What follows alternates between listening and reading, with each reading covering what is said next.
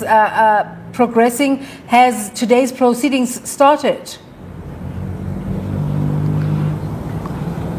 Actually, Desiree, the proceedings will be starting at 9:45, but we will be accessing from outside via virtual. But as you've said, we will be, of course, listening to three important cases that will be sitting here at the SCA today. Like you did mention, is this of the duo that they are here to try to, of course,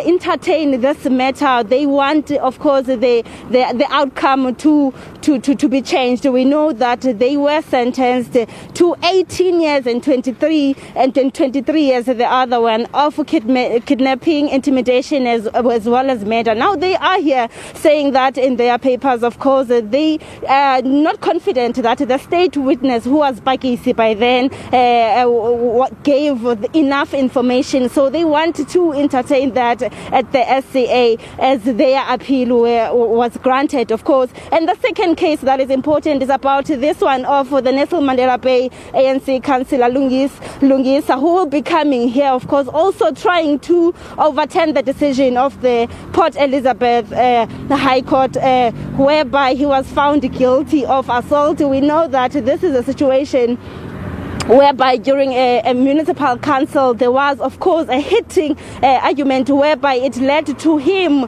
Lungisa, having to use a jug to beat the DA councillor. Now he's coming here to, of course, try to make sure that the decision is being reversed of him being assaulting this DA councillor and 2 years, of course, of imprisonment. Another one that is quite important to the case that we'll be hearing today, it's about the matter of the DAs, whereby they were favored by the North Gauteng High Court. We know that they did approach trying to, of course, overturn the dissolution of the municipality in Tshwane. But with me, just to hear more of these stories that we are expecting here today, it's the legal expert, Mr. Mogale. Thank you so much for your time.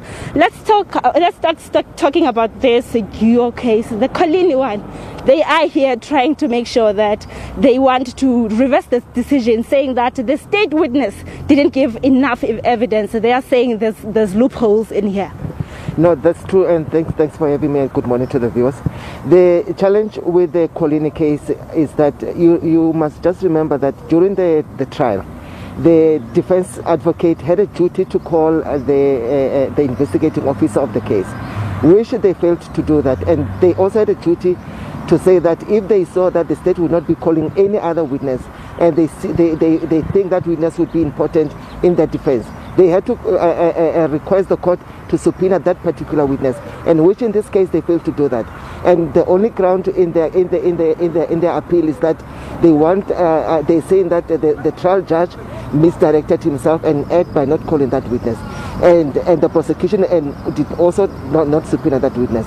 But when we look at the procedural part of it, they also had an obligation to call that witness if they foresaw that he would also be important in their defense, and also to get more evidence and more information in relation to their defense. So if they did not call that, they cannot even shift the blame and say that the judge or the prosecution failed to bring that witness. If that witness was important in their defense, surely they also had a right to request the court to subpoena that specific witness. Another one, of course, Mr. Mogale, is about this one of Andile Lungisa, who is challenging the Port Elizabeth Magistrate Court's decision after he was found guilty of assault. He is coming here to the SCA. Indeed, he's also coming here to the SCA to see if the SCA would not even entertain and interfere with the ruling which was handed down by the High Court. But looking at the case, because he was found guilty of assault, and again, when one looks at the elements of assault, is that one of the elements is that he must have intention to injure or to even assault the injured party in this instance. And when we looking at the surrounding circumstances of that case, it took place during the heated argument between municipal council, in which chairs and other dangerous objects were thrown amongst each other. It was only unfortunate for the DA councillor for him to then be injured and also sustain bodily injuries in this instance. So judging from that, I think, in my opinion, that the SCA would be lenient and also temper with the sentence which was handed down by the High Court, and also give him a lesser sentence. And a lesser sentence in this instance would also only be that he would have to serve a portion or part of the whole sentence by doing community service or any other sentence that the SCA would feel would be best suited in the circumstances.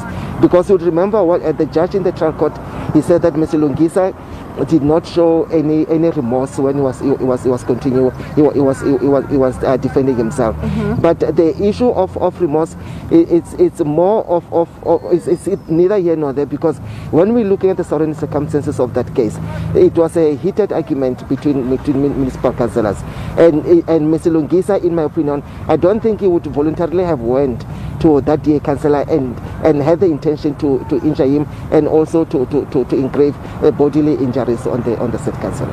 Lastly, Mr. Mokhele, let's talk about now this one where government has decided to come here at the SCA in trying to overturn the decision of the North Gauteng High Court. We know that the DA was against the dissolution of Tshwane municipality.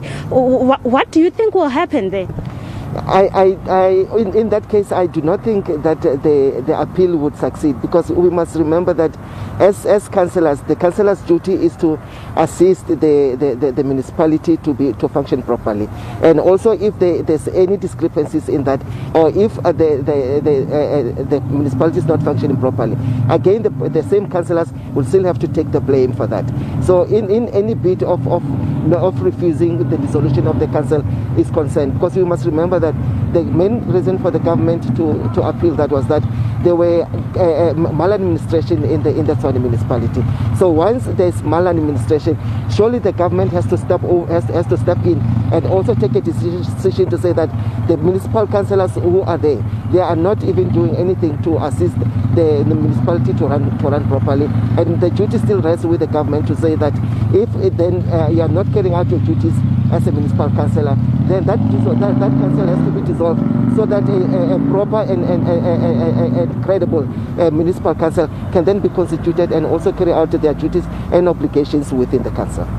All right, that was Lebohang Mokhele, the legal expert here, taking us through to what might, of course, transpire in court. And I must tell you, Desiree, that usually it's only lawyers who would come here at the SCA. We wouldn't even see the supporters. Like, for instance, we know the Colini case, AfriForum has been, of course, in support even financially, but we wouldn't see that kind of activity at the SCA, as also we journalists, we won't be allowed to go inside to listen to the arguments.